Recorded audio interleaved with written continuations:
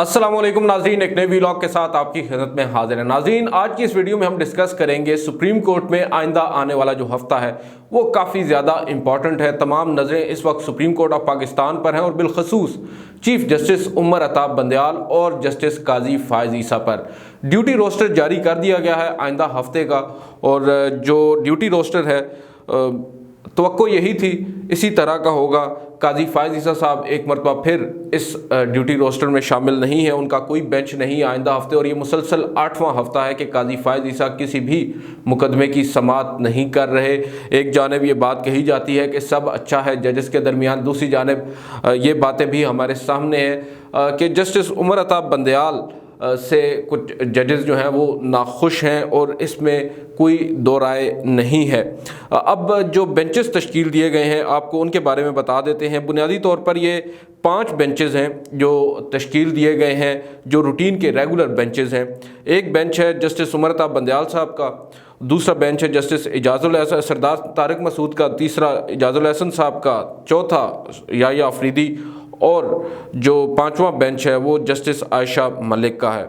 अब इस बेंच में तमाम ही जजेस शामिल हैं और दोनों धड़ों के जजेस जो हैं वो इन बेंचेस में शामिल हैं। ऐसा नहीं है कि एक जो सर्टन ग्रुप ऑफ जो हम ख्याल्स हैं या आप कह सकते हैं जो लाइक माइंडेड जजेस हैं वो एक साइड पर नहीं है। बेंचेस जो हैं वो नज़र आ रहा है कि उसमें तमाम जजेस जो हैं वो उनको बिठाया गया है, एक साथ बिठाया गया। और 3 खसूसी बेंचेस जो हैं वो तश्कील दिए गए हैं आइंदा हफ्ते के लिए। एक होगा चीफ जस्टिस ऑफ पाकिस्तान की सरबराही में और उस बेंच में जस्टिस आयशा मलिक और जस्टिस अतर मिनल्ला होंगे। दूसरा बेंच होगा जस्टिस सैयद मंसूर अली शाह की सरबराही में जिसमें जस्टिस याया अफरीदी और मोहम्मद अली मज़हर साहब होंगे। और तीसरा जस्टिस मुनीब अख्तर की सरबराही में जिसमें मोहम्मद अली मज़हर और आयशा मलिक होंगी।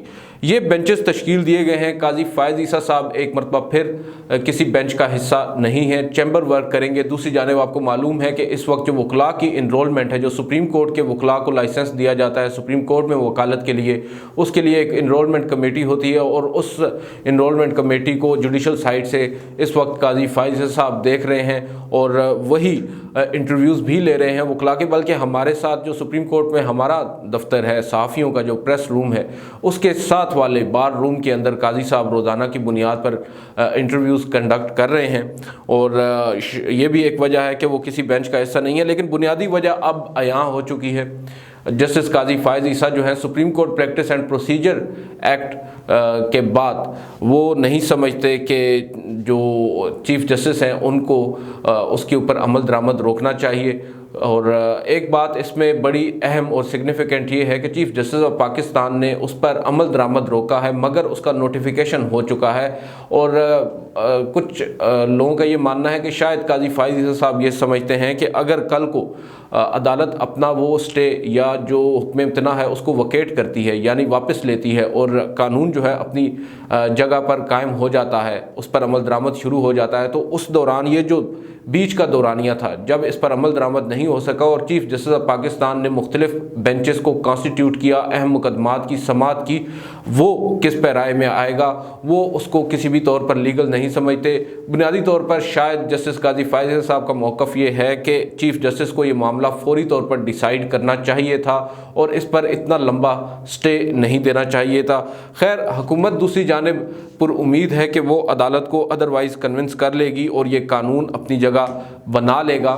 जस्टिस काजी फायज़ ईसा के और चीफ जस्टिस के दरमियान शायद कोई ख़तो किताबत भी हुई थी इस मामले के ऊपर कि वो क्यों किसी बेंच का हिस्सा नहीं बन रहे, तो जस्टिस काजी फायज़ ईसा ने काफ़ी सख्त रद्द-ए-अमल उस पर दिया था चीफ जस्टिस ऑफ पाकिस्तान को अपने ख़त में।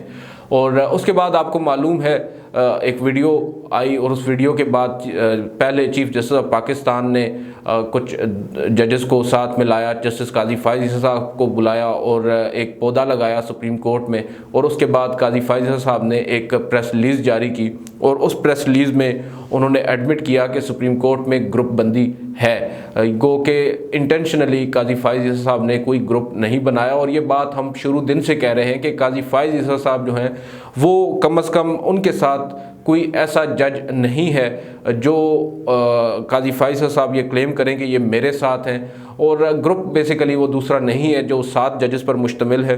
एक मिसाल इसकी पार्लियामेंट में काजी फैसल साहब का जाना भी है, जब उनके साथ ना जस्टिस मंसूर अली शाह गए, ना जस्टिस अतर मिनल्लाह, ना जस्टिस याहिया अफरीदी, जमाल खान मंदोखेल, कोई भी जज जो उनके हम ख्याल हैं उनमें से कोई नहीं गया था। तो इससे अंदाज़ा ये होता है कि उनकी जानिब से कोई ग्रुप तो नहीं बनाया गया, मगर अब उनकी जो सोच है वो काफ़ी हद तक अलाइक है, अलाइंड है। चीफ़ जस्टिस के जो इक़दाम हैं उनको वो नहीं सराहते, और कुछ ज़रा ये भी बताते हैं कि चीफ़ जस्टिस ऑफ पाकिस्तान भी अब शायद हार मान चुके हैं। वो भी अब जो जस्टिस काजी फ़ाइज़ ईसा, जस्टिस मंसूर अली शाह, जस्टिस अतर मिनल्लाह, इनकी जो थिंकिंग है वो अब प्रिवेल कर रही है, बज़ाहिर नज़र ये आ रहा है। और बिलखसूस जो इंतखाबात का मामला है उस पर जो चीफ़ जस्टिस ऑफ पाकिस्तान ने उस वक्त मेरी नज़र में जो जल्दबाजी की थी, अगर वो ना करते और उस वक्त उन जजेस को जिन पर हम भी तनकीद कर रहे थे उनकी बात मान लेते, तो शायद आज इतना रायता ना फैलता और इतने हालात ख़राब ना होते।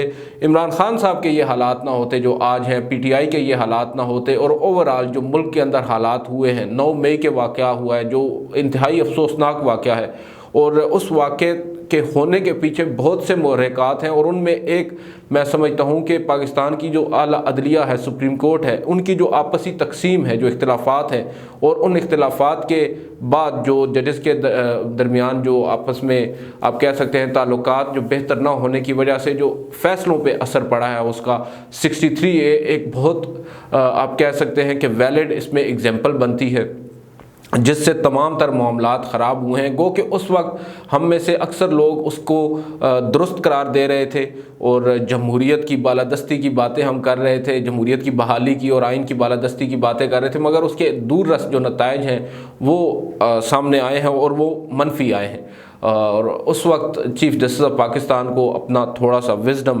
का मुजाहरा करना चाहिए था। उनके साथ जो जजेज़ हैं उनको भी, तो शायद हालात यहाँ पर ना पहुँचते। अब वजाहतें दी जा रही हैं और कोशिश की जा रही है इस तासुर को ज़ायल करने की कि हमारे दरमियान सब अच्छा है, मगर ऐसा है नहीं। और अब अगर है भी तो अब फ़ायदा कोई नहीं, अब काफ़ी देर हो गई है, अब आपने रिटायर होना है, घर को जाना है, उसके बाद काजी फैसल साहब ने बतौर चीफ़ जस्टिस अपना ओहदा संभालना है।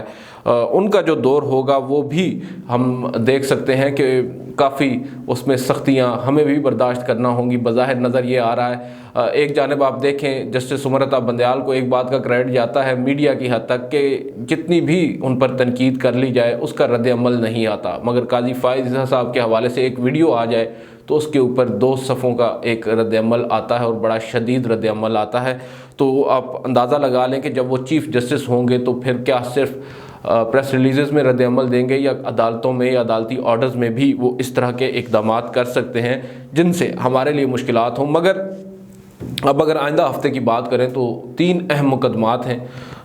एक तो पनामा का हम आपको बता चुके हैं, उसके बाद एक supreme court practice and procedure act जिसमें चीफ जस्टिस ऑफ पाकिस्तान के इख्तियारात को महदूद किया गया था, उसका कानून साजी के खिलाफ दरख्वास्तों पर समाअत होनी है।